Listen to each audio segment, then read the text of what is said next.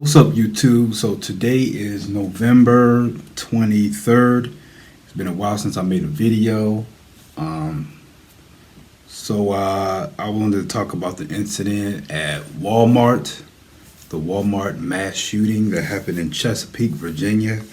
I was looking at the story here on my phone here. I don't know if you can see it. Anyway, you can go on YouTube and look it up.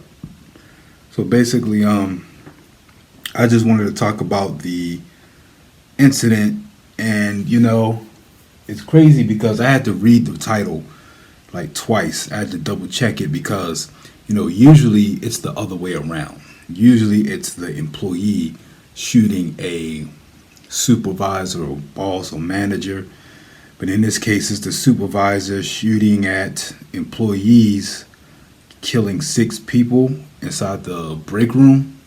And that's crazy. Depending on how the size of the break room, that can be very scary. Most break rooms at most places I work at are not really that big, but I never worked at Walmart. It might be a little bigger, but that's crazy. The thing about this kind of situation is you can't really predict this really.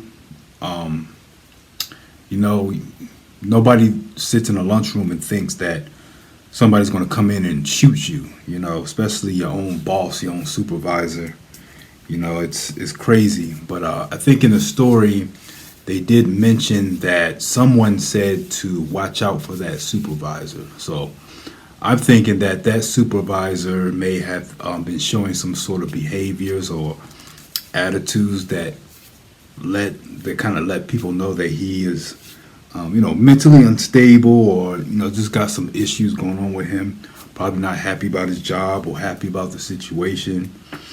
And he was the overnight manager as well. So, and I know working overnight can be stressful. I've done that kind of work. I've worked late hour jobs before. I'm not trying to go back to that. But but I know working overnight can be a little stressful. I don't know how much stress that puts on you as a supervisor. It could be worse. But I'm wondering if after investigating, if somebody's going to be disciplined or fired because, like I said in the story, they said that somebody said to watch out for him. So it's giving me the impression that someone already knew that he was unstable. Um, this is crazy. This is something that you don't expect. You don't predict this. One thing. Let me tell you something that I've learned. I used to work. I used to work at Sears about 13 years ago. 2009, and I left like 2014. So I worked at Sears for about 5 years, and to be honest with you, I wasn't happy working there most of the time. Like the first year, maybe 2 years was okay, but after that, I was really sick of that job. I was really overworked. Really, the first year I was overworked, and I was felt like I was extremely underpaid. And it took almost 5 years for me to finally leave that job. Not because I couldn't find another job, but because I don't know. I was one of those type of people who complain about their job but wouldn't leave. And some of you may know somebody like that. And I used to be one of those type of people. I used to come to work, complain about the management, complain about just customers and how much work we're doing and how much little we're getting paid, but yet I kept coming in every day. So what I've learned is if you don't like your job, just leave, man. Like if you get to a point where you are starting to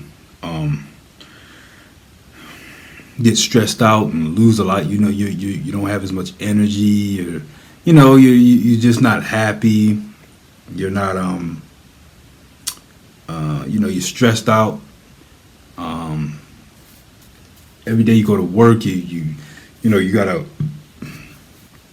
I don't know. You know what I'm talking about. Some of you work a job that you just don't like, and just leave. I'm not saying just quit like that. Like in some cases, maybe you should just quit like that.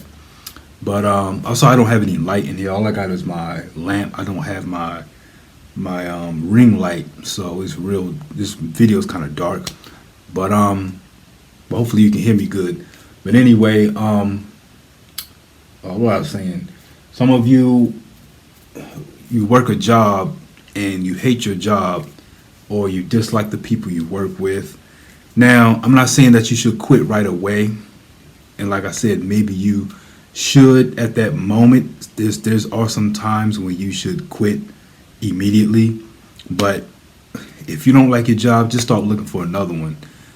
Because it took me 5 years to leave, and once I left, I realized I probably should have left like 3 years earlier because I found a job that was paying me almost double, and I was doing less work than at Sears. And so that was actually right, kind of in the same area, like within like a 5 mile radius. So, you know, I think one of the reasons why I stayed there is because of the some of the people that worked there. I liked some of the people, so I didn't want to feel like I was losing friends. But now that I think back at it, I could have just left and just go back and visit. If you work a job, especially like a retail job, where you make good friends with employees, or and you kind of make a connection with people. My advice is just get their contacts, get their numbers, their contacts, their social medias. You can go back. You can probably go back and visit the job once in a while, and say what's up to just people, old friends and whatnot. But don't just stay there. If you don't like the job and you really don't like a lot of the people, a lot of the management giving you a lot of issues, just go ahead and leave, man, and just keep contact with the people that you get along with or the people that that you like. So, but don't be miserable. So yeah, that's all I want to say, I guess. Another thing about the job, when I left Sears, like I said, I was getting paid more, but it's funny because they closed not too much longer after I left that company. So that kind of let me know that I was actually on point. I was actually on track about something. See, these supervisors that I used to work with, they made it seem like something was wrong with me, like I was the issue. But over time, once I eventually left and the company closed not too much longer after that, it kind of let me know that really there was something wrong with the company. My complaints were valid, because a lot of it was just the way the store was being managed. That's all it really was, like the management and how things were being done. It didn't make any sense to me. And, but like I said, my regret was just staying there too long. I probably should have left like 2011. I started working in 2009. I probably should have left in 2011, but instead I was there all the way into 2014, which is 5 years, and that I felt like, man, that was way too long for me to be there, So actually, I found another job in 2013, but I continued to keep working at Sears. But even then, I'm really glad I wish I would have left a lot earlier. And so that's all I guess I want to say. As far as supervisor, I was never really a supervisor. But the reason why I'm telling the story because, you got disgruntled employees who are not happy or with going on in their job situation. And, some people are a little more emotional than others. Some people are unstable. It actually, I'm not linking these two, but earlier this week, I know these two and two don't really go together, but Jason David Frank, the guy who played the White Ranger, he passed away because he already suffered anxiety issues and then started having issues with his wife and his marriage. And It goes back to mental illness and mental, just mental health. And you know,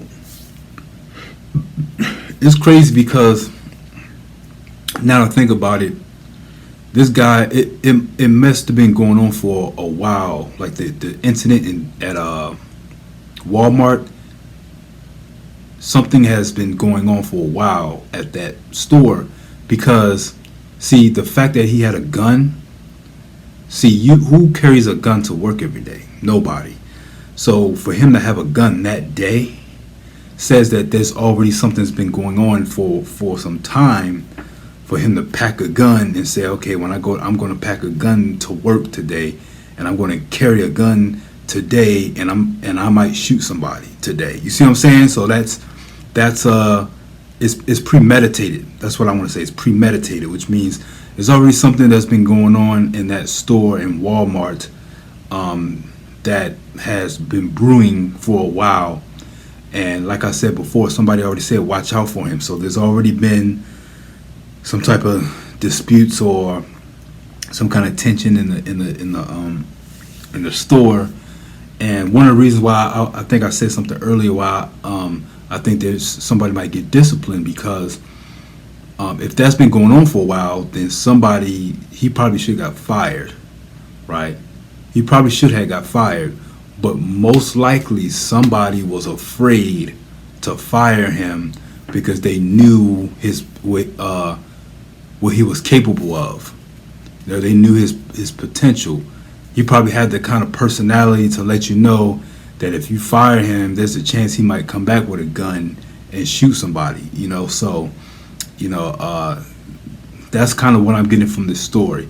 I'm getting that you had a guy who worked at Walmart, supervisor, who's been having issues with people or whatever, little tension going on, and it's been going on for a while. So one day he said, I'm gonna pack a gun, and if somebody do something or say something to me today, I'm gonna shoot somebody. That's what I get from this story. And that the other managers probably knew, and even employees probably knew that this guy was crazy, but they did not fire him out of fear of the kind of repercussions or the kind of whatever kind of response or reaction he might give.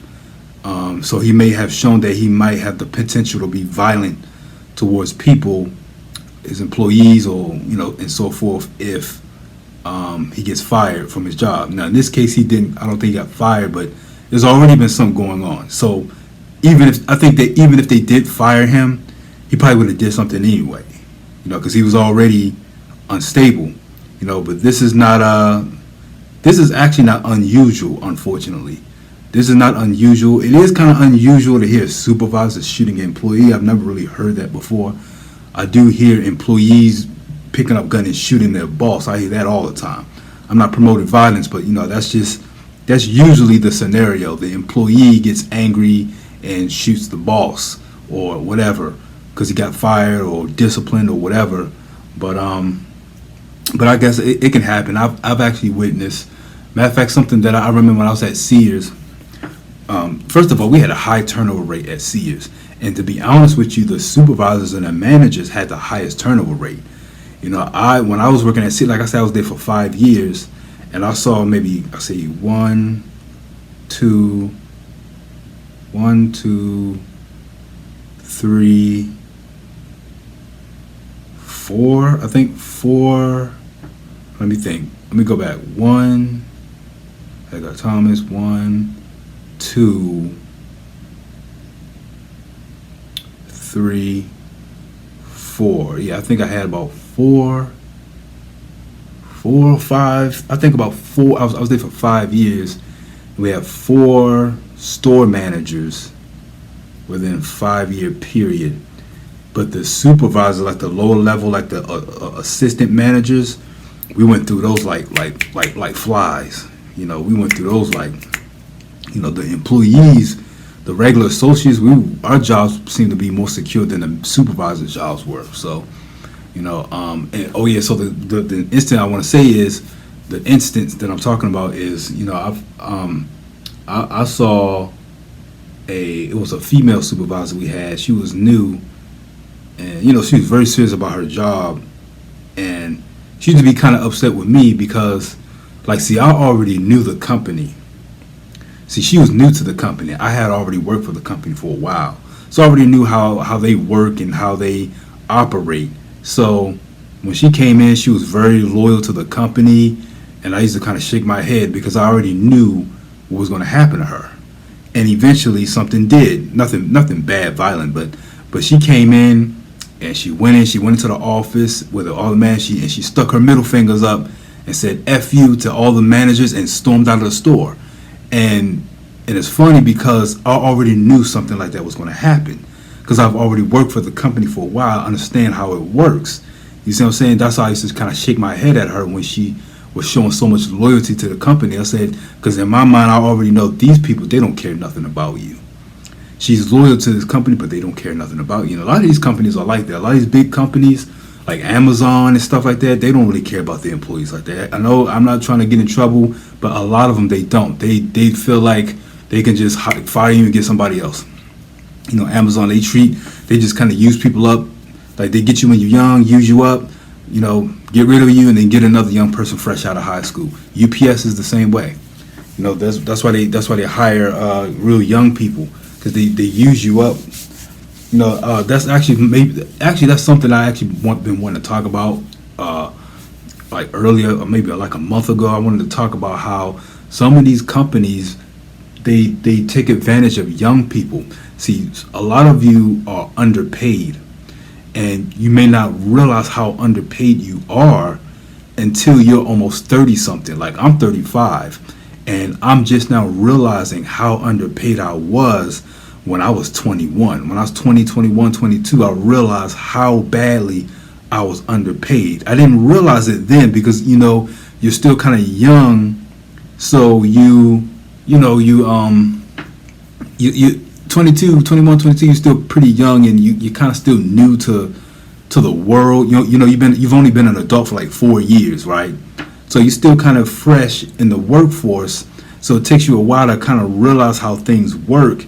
And I look back, I was like, man, I was taken advantage of real bad. I was like, man, I was not compensated for the amount of work I put in.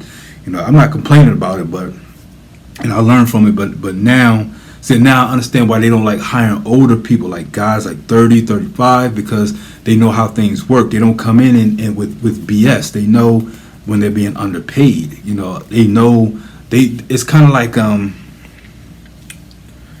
it's kind of like selling something to someone who, well, should I say matter of fact, should I say buying? It's like taking advantage of somebody who's selling a car, and they don't know the value of the car, so they try to take advantage of them.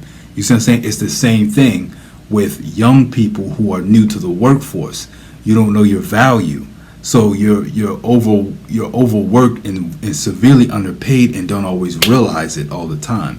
You may feel it, I know you feel it, but you may get like a little raise, a little 20 cent, 25 cent raise, make you feel a little better, feel like you're making some progress, but even with the raise, you're still not making nowhere near what you actually should be making. I know I'm getting off track of the incident at Walmart now, but hopefully it all kind of comes together as it's a lot of workforce drama. When you're in the workforce for a while, you kind of know some of the drama and some of the politics that goes on inside the workplace, especially when you work in a place where you have over 100 employees.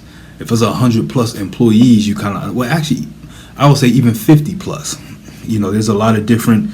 It's different from working at McDonald's or Burger King, and even those kind of places can have drama too. But the crew is a lot smaller. The average Wendy's fast food crew was probably like 5, 6, maybe even 10 people at the most. Maybe you never really see more than 10 people working at McDonald's or Walmart Wendy's or fast food restaurants at one time. It's usually a fairly small work environment. But like Walmart and Amazon, grocery stores, you probably have over 150 to 100 employees clocked in at the same time. So you're working with a lot of different personalities, and sometimes you clash But I understand the. I don't know what happened, but I understand with. I'm pretty sure what I said in this video, I'm probably right. My idea, I'm pretty sure there's a like a 99% chance that I'm right about what happened at Walmart. The guy, he was working there. There was stuff going on for a while. He was, and like I said, he's working overnight. So I'm telling you, overnight workers are more stressed out than day workers, and even afternoon workers or evening workers. Like people work from like 2 o'clock to like 2 to 9 or 2 to 10. He's work overnight, and that's a very stressful job because you don't have much of a social life when you work those kind of hours. He probably don't have much of a home life. He probably don't have a lot of friends outside of Walmart. And he's a supervisor too, so he has a lot more responsibility on top of that. So there's a lot of stress on top of that. So I do think that some of these companies need to start to embrace or practice mental health awareness. You have to understand the mental health and the mental conditions of your workers, especially when they work those kind of hours, and if they're working very strenuous work. You know, some of these companies, they put a lot of work and stuff on these employees and not pay them a lot of money, and don't always seem to be aware or conscious about the kind of effect that it has on the mentally, the employees, and something like this can happen, you know. So that's all I want to say. This video is getting kind of long. It's past 20 minutes. So I'll talk to y'all next time. Sorry for the dark video. I was getting ready to go to bed soon. I really don't feel like Thanksgiving is tomorrow. So yeah, so I'll talk to you next time. All right.